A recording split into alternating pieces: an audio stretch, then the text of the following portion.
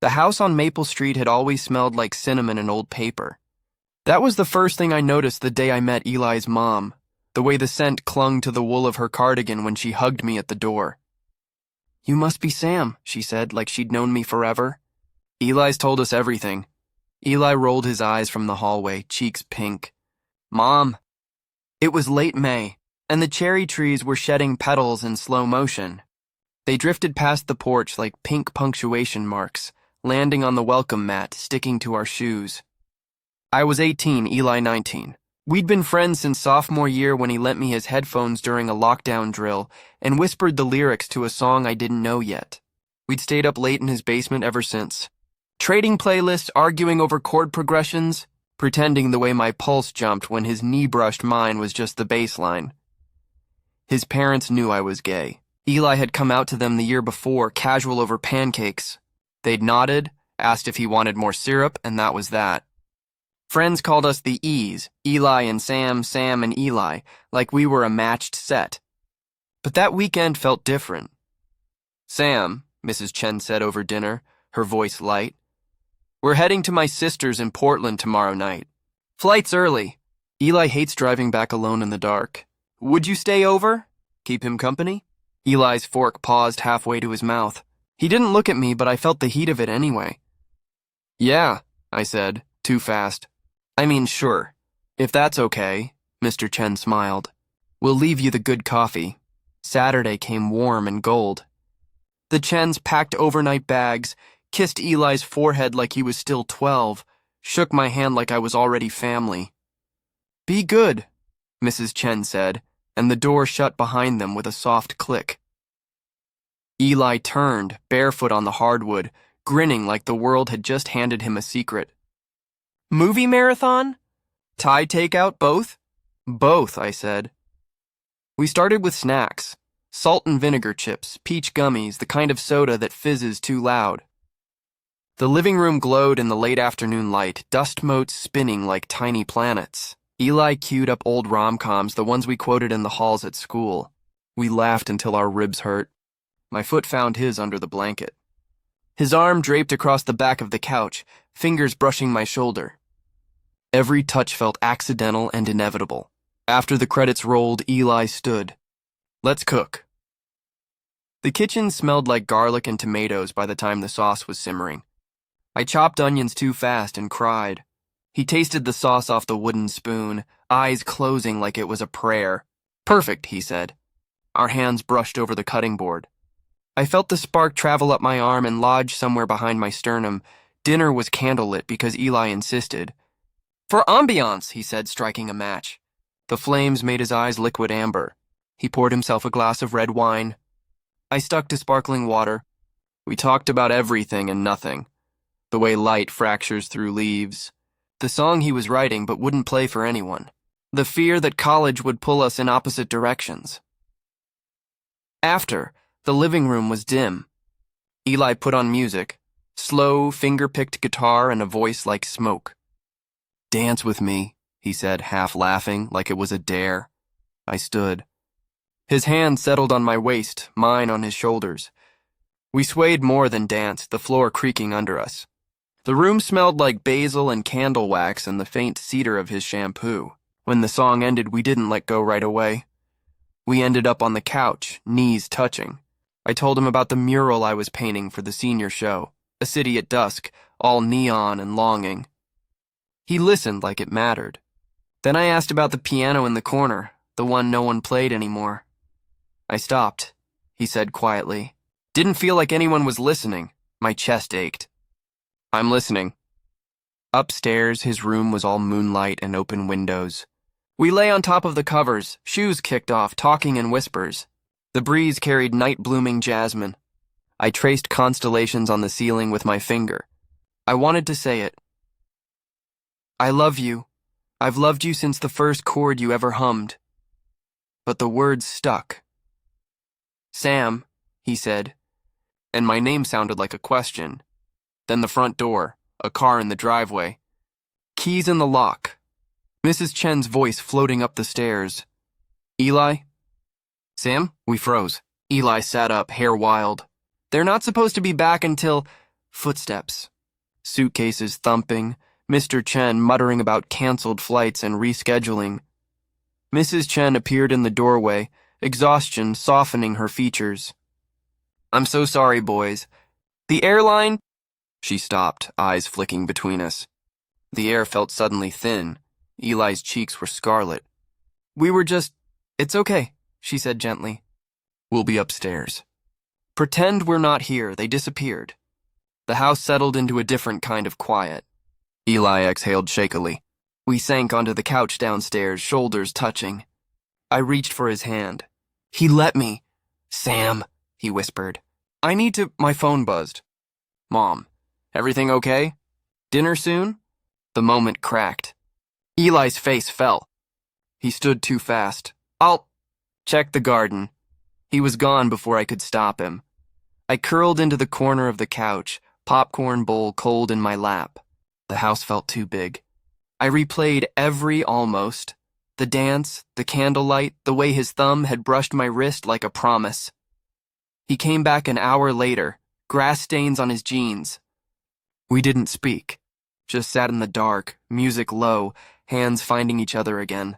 Every touch felt fragile, like it might shatter if we named it. We ended up in his room again. Moonlight striped the floor. We talked about fear, of rejection, of distance, of wanting something so much it hurt. I told him about the scholarship to RISD, how I was terrified to leave. He said music shouldn't be a cage, that love could stretch across miles if it was real. Then we kissed. It was soft at first, tentative. Then deeper, like we'd been holding our breath for years. His hand cupped my jaw. I tasted mint and the faint sweetness of peach gummies. The world narrowed to the press of his mouth, the hitch in his breath, the way his fingers trembled against my neck. His phone buzzed. His brother Leo, home early from a camping trip. Something about a busted tent and needing a ride. Eli pulled back, eyes wide. "I'm sorry." "Go," I said, voice rough. He left. I sat in the dark, heart hammering. The clock ticked too loud. I thought, this is it. I waited too long. I ruined it. He came back 20 minutes later, hair damp from the night air. He didn't speak. Just sat beside me closer this time. His pinky brushed mine, then his whole hand. We kissed again, slower, surer. His arm slid around my waist. Mine curled over his shoulder. Nothing rushed. Just the quiet certainty of skin and breath and the faint creak of the house settling around us, then footsteps overhead. Mrs. Chen's door opened. She paused in the hallway, a silhouette in the dim light. Eli's finger pressed to my lips. She looked in just for a moment, then turned and walked away.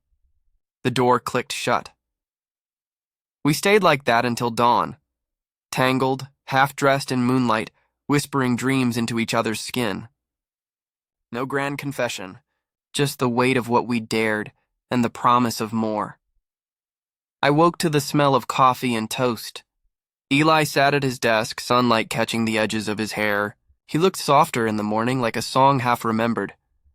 "Morning," he said, offering a mug. "Morning."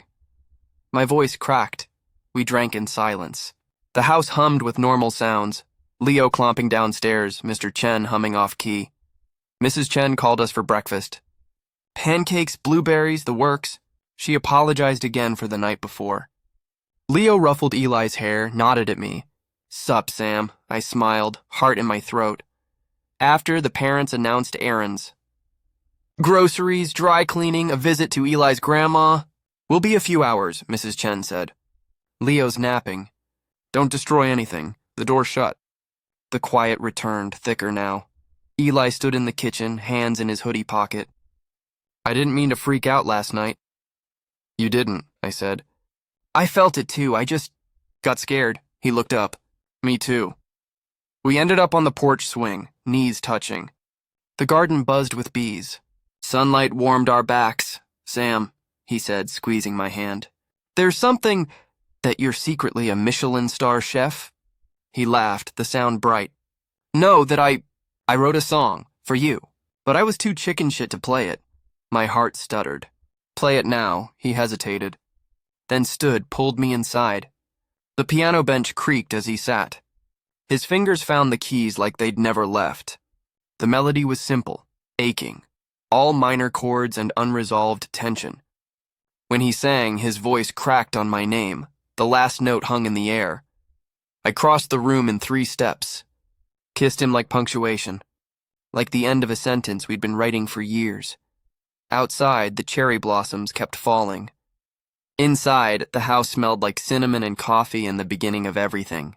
The porch swing creaked under us like an old friend who'd heard too many secrets. Ethan's knee bounced, the way it always did when he was working up to something. I'd known him since we were 7, since the day he traded me his last blue crayon for half my peanut butter sandwich. I knew the bounce. I knew the way he chewed the inside of his cheek. I knew the way his dark curls stuck up in the back when he forgot to comb them after a shower, but I didn't know what was coming. He rubbed his palms on his jeans. There's something I need to say. My stomach flipped. We'd spent the whole summer like this, tangled up in half-truths and almost moments. The way he'd linger when he handed me a glass of lemonade. The way his fingers brushed mine when we passed the sunscreen. The way he'd look at me across the bonfire like I was the only thing keeping the dark at bay. Something bigger than the usual, he added, voice low. The sun was slipping behind the maple trees, painting everything gold. His eyes caught the light, hazel flecks glowing like embers. I swallowed. You can tell me. He took a breath that shook. I love you, Sam, not like best friend love. The real kind. The kind that keeps me up at night. The kind I've been trying to bury since sophomore year. The world stopped. A cardinal called from the oak. The swing groaned. My pulse was a drumline in my ears. I love you too, I said, the words scraping out like they'd been stuck in my throat for years. I've been terrified to say it. Thought you'd laugh. Or worse, stop looking at me like that. Ethan's face crumpled, relief and wonder and something raw. He laughed, shaky, and pulled me into him. Forehead to forehead, his breath warm against my lips. I could feel his heart hammering through his t-shirt. Mine answered. We stayed like that until the sky bruised purple. Until the crickets started their nightly chorus. Until the porch light flickered on and neither of us moved. When he finally pulled back, he said, I thought you'd run. Never, I whispered. His thumb brushed my cheek. We'll go slow? Slow sounds perfect. We talked until the stars came out. About the vineyard his mom wanted to reopen. About the graphic novel internship I'd applied for in Portland. About the weird way Mrs. Henderson's cat stared at us through the fence like it knew our secrets. Every time his hand found mine, the air sparked. Eventually he said, Want to get out of here? The lake's quiet this time of night. I nodded. We packed a thermos of iced tea, a fleece blanket, my battered sketchbook. Ethan grabbed his beat-up ukulele from the hall closet. The drive was all open windows and wind and his off-key humming to the radio. His arm rested on the console, knuckles brushing my thigh every time he shifted gears. Electricity. The lake was glass under the moon. We spread the blanket on the dock, toes dangling over the edge. Ethan strummed a chord, then another. A song he'd written last winter but never played for anyone. You miss it, I said. He nodded. Stopped after Dad said it was a waste of time, but maybe it isn't. Play it for me. He did, fingers moving over the strings like they'd never forgotten. The melody was soft and aching, all minor keys and longing. I closed my eyes and let it wash over me. When he finished, the last note hung in the air like a held breath. That was... I searched for the word. You. He smiled, shy. Come here, I scooted closer. He set the ukulele aside and took my hand, tracing the callus on my thumb from hours of drawing. What if we tried more tonight? My heart stuttered. I want that, his brow creased. But what if someone sees? My dad. He'd lose it, I understood. The weight of expectation. The fear of becoming a cautionary tale. We'll be careful. But I don't want to hide forever. He nodded slowly. Just not tonight. I want it to be ours. We stayed until the moon climbed high, talking about everything and nothing. About the constellation he swore looked like a taco. About the way my little sister used to call fireflies flying raisins, about how we'd visit every national park if we could. He promised to carry my sketchbooks. I promised to learn every chord he wrote. When his phone buzzed, Marcus's name on the screen, Ethan groaned. He's crashing in the guest room. Forgot to mention. Disappointment flickered, but it was soft. The night had already shifted something between us. Back home, the house was dark except for the kitchen glow. Ethan's parents asleep, Marcus's snores rumbling from upstairs. Ethan closed the blinds, turned to me, voice barely a breath. "Sam," I stepped into him. The kiss wasn't accidental this time. It was deliberate, slow. His hands framed my face like I was something precious. My fingers curled into his shirt. When we pulled apart, his eyes were wide, pupils blown. "Been wanting to do that since the 8th grade dance," he murmured. "Should've," I said and kissed him again. His phone buzzed. Marcus asking about the garage code. Ethan rested his forehead against mine. "I'll be 2 minutes," he slipped out. I curled into the couch, blanket to my chin, heart racing. The house settled around me. Pipes ticking. Fridge humming. My pulse loud in the quiet. He came back damp-haired, sheepish. False alarm. "Just the motion light," I smiled. "Come here." We kissed again, slower. Surer. Footsteps on the stairs, Marcus shuffling to the bathroom.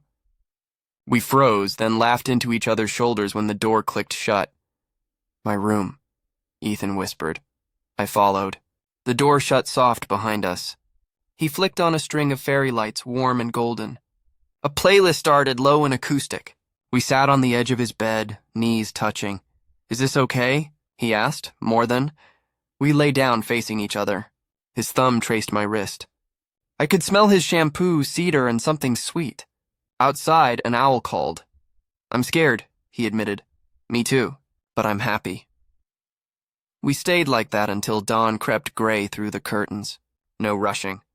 Just the slow discovery of closeness. Morning brought rain. Not gentle. A downpour that rattled the windows and turned the world soft and blurred. Ethan's room smelled of coffee and wet earth. He'd left a mug on the nightstand, steam curling like a question. I found him at the window, knees to chest, hoodie swallowing him. The light made his profile sharp, thoughtful. "Morning," I said. He turned, smiled small. "Hey," we drank in silence. The rain was a curtain shutting out the world. I wanted to reach for him to pick up where we'd left off, but the set of his shoulders stopped me. "You okay?" He shook his head. Didn't sleep. Kept thinking about us, my parents. Next year, what if I mess this up? My chest ached. I'm terrified too, but I don't want to go back to pretending. He exhaled, shaky. Me neither. I moved to sit beside him. Took his hand. He leaned into me, heavy and warm. The rain drummed. Thunder rolled distant. When I was little, he said, I'd sit here during storms. Thought they could wash everything away. Start over. Maybe this one will. He laughed, wet. You always know what to say. I'm winging it. We stayed until the rain eased to a whisper. Then he straightened. Let's get out. The art room at school. I've got the key. Mrs. Patel asked me to check the kiln. Hope flared. You'll paint? He nodded. Need to. The school was empty, echoing. Rain streaked the windows. The art room smelled of clay and turpentine. Ethan's easel stood in the corner, canvas half covered in a storm of blues and grays. He mixed paint like he was breathing. Brush moving sure and swift. I watched from a stool, sketching the way his shoulders loosened, the way his tongue poked from the corner of his mouth when he concentrated. When he stepped back, the painting was the lake at midnight. Moonlight fracturing on water, our dock, our blanket. It's us, I said. He smiled, paint on his cheek. Come here, I did. He pulled me onto the stool beside him, our hips touching. Sam, I don't know what happens after graduation, but I know I want you in every version of my future. My throat tight. Same. He kissed me, paint-smudged fingers in my hair. Slow and steady. A promise. A door slammed somewhere. We startled, laughed, gathered supplies and slipped out, hearts racing. Back home, Marcus had left a note. Gone to Lila's. Back tomorrow. Ethan read it aloud, eyes bright. Just us. Just us. Evening light slanted golden through the blinds. Ethan closed the door, leaned against it. Still scared? Yeah, but happy. He crossed the room slow, giving me space to change my mind. I didn't. His hands cupped my face. Sure? Completely. We kissed like we had all the time in the world. Lay down tangled in blankets and whispers. Talked about fears and dreams and the way his little brother used to call thunderstorms sky parties. Promised to be gentle. To be brave. We didn't cross every line, but we crossed enough to know this was real. This was ours. Later, rain tapping soft against the window, Ethan traced constellations on my palm. This isn't just a summer thing, he murmured. No, I said. It's a beginning. Outside the storm had passed. The world smelled clean, ready. It was about finally being allowed to be real. Later, we sat by the window, wrapped in a blanket, watching the rain ease into mist. The garden below shimmered, roses glistening like jewels under the fading storm. Sophia's hand found mine under the blanket, our fingers intertwining slowly, as if testing the waters of this new reality. I don't want this to be a secret forever, she said quietly, her voice barely above a whisper, laced with a vulnerability I'd rarely heard from her.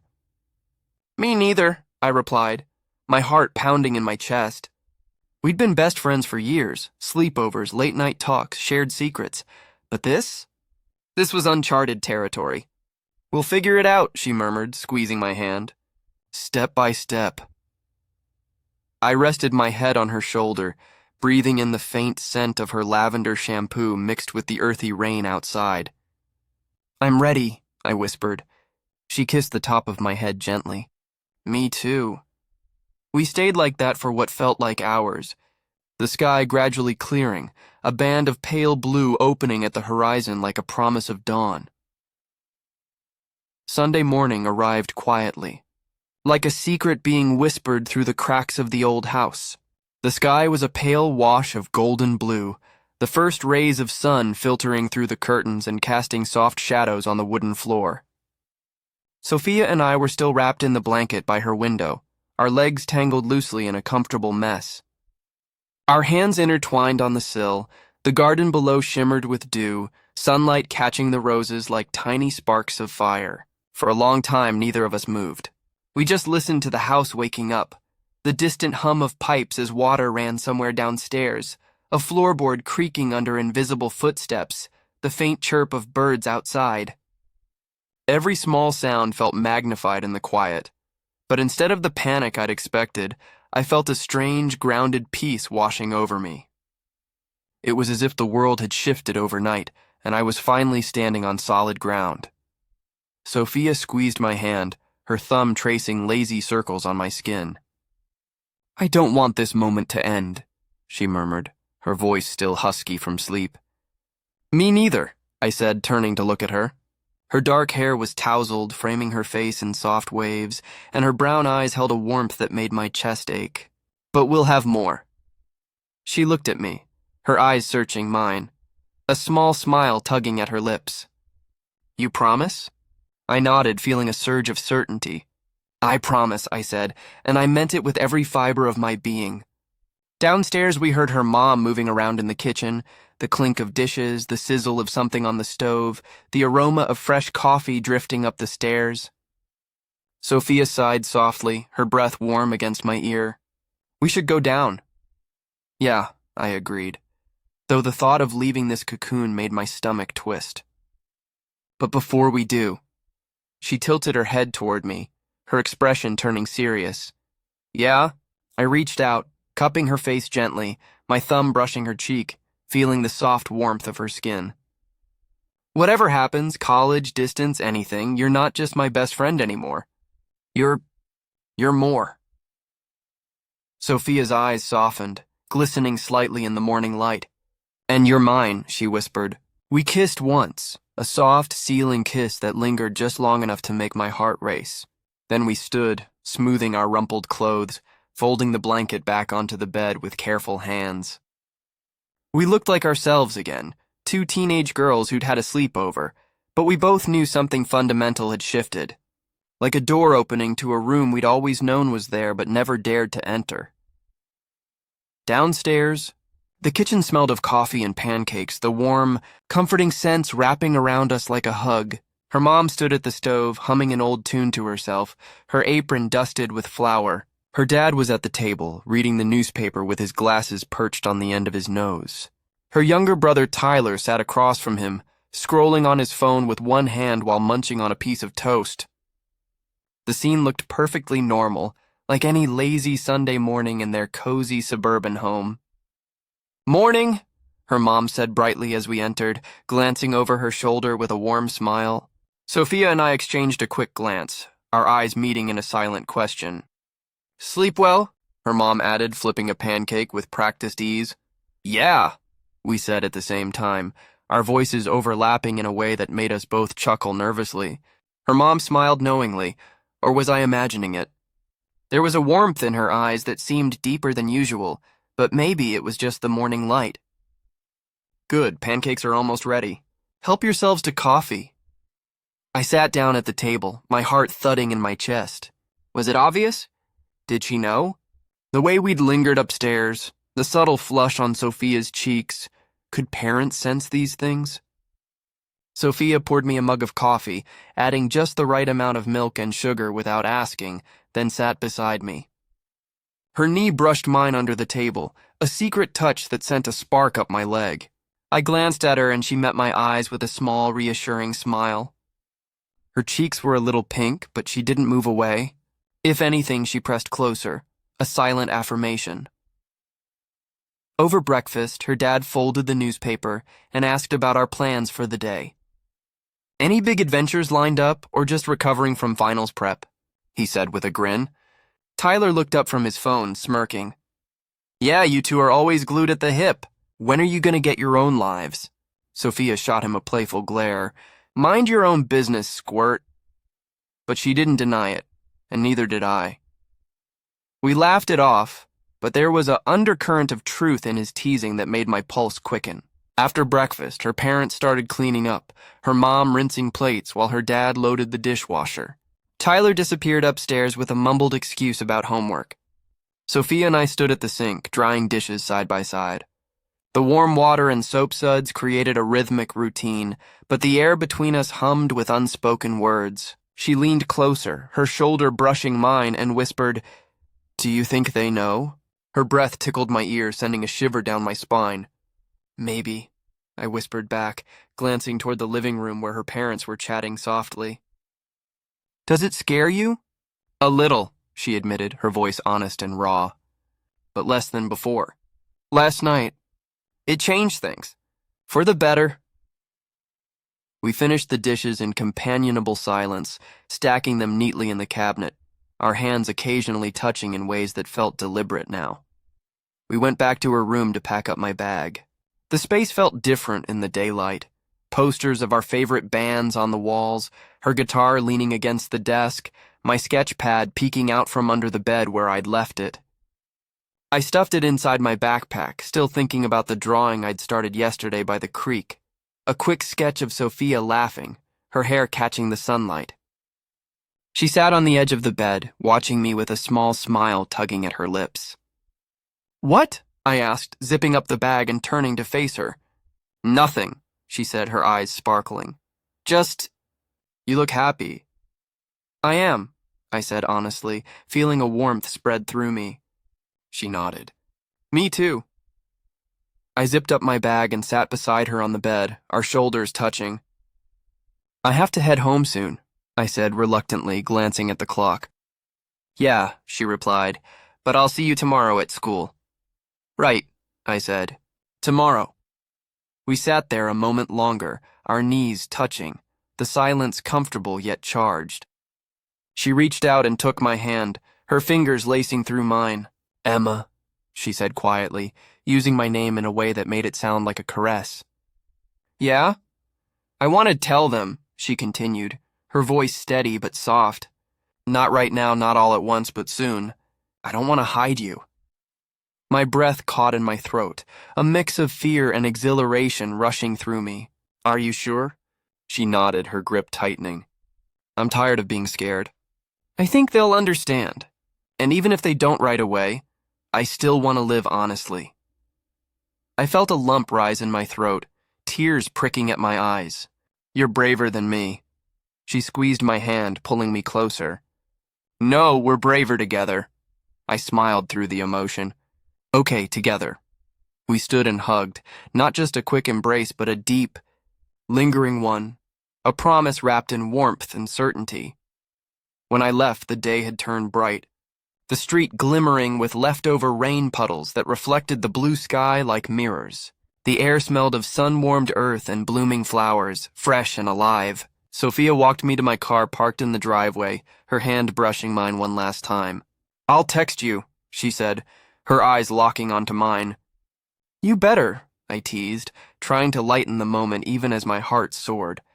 She leaned in and kissed me quickly, right there in the driveway, small but public, a bold step that made everything feel real. See you soon, she murmured against my lips. I drove away, watching her in the rearview mirror as she stood in the sunlight, waving with a smile that lit up her face. For the first time in a long time, the future didn't feel like a cliff edge waiting to drop off. It felt like a road, wide and open, with her beside me every step of the way. It was a Thursday afternoon, late May, finals week dragging on like an endless marathon. Sophia and I sat under the old oak tree behind the school, its massive branches providing a canopy of shade against the warm sun. Our books were spread out around us, textbooks on history and math, notebooks filled with scribbled notes, but they were mostly ignored, gathering a light dusting of fallen leaves. She was strumming a borrowed guitar, her fingers dancing over the strings in a melody she'd been working on for weeks. Something guitar, her fingers dancing over the strings in a melody she'd been working on for weeks. Something soft and introspective that mirrored our journey. I was sketching her, capturing the curve of her hands on the frets, the line of her jaw as she concentrated, the way her hair fell over one shoulder like a cascade of midnight silk. We'd been taking it slow, just like we promised, walks after school along the winding paths of the park. Coffee runs to our favorite cafe where we'd share a muffin and talk about everything and nothing. Texts late at night that evolved from friendly banter to whispered confessions of affection. Small, steady steps into being us instead of just friends hiding behind the label. Sophia had told her mom last weekend. She'd come over to my house afterward, her face pale but glowing with a quiet triumph. She said she loves me, Sophia had told me, collapsing onto my bed with a sigh of relief. She said she already knew about you, about us. Apparently, moms have radar for this stuff. I'd hugged her tight, tears stinging my eyes as I buried my face in her hair. I'm so proud of you, I'd whispered. Now, under the oak tree, she looked up at me mid-strum, her eyes catching the light. You're drawing me again. I smiled, my pencil pausing on the page. Always.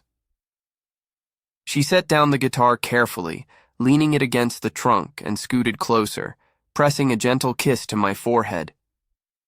The touch was simple, but it sent a wave of contentment through me. I can't wait for this summer, she said, her voice full of excitement. Road trips to the coast, music festivals, you painting those sunsets we chase.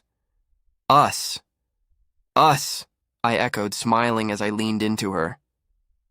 The sky above was clear, a deep, endless blue that seemed to stretch forever. The air smelled of cut grass from the nearby field and sun-warmed wood from the benches scattered around. Students passed by in groups, laughing and chatting about weekend plans, but they gave us no second glances.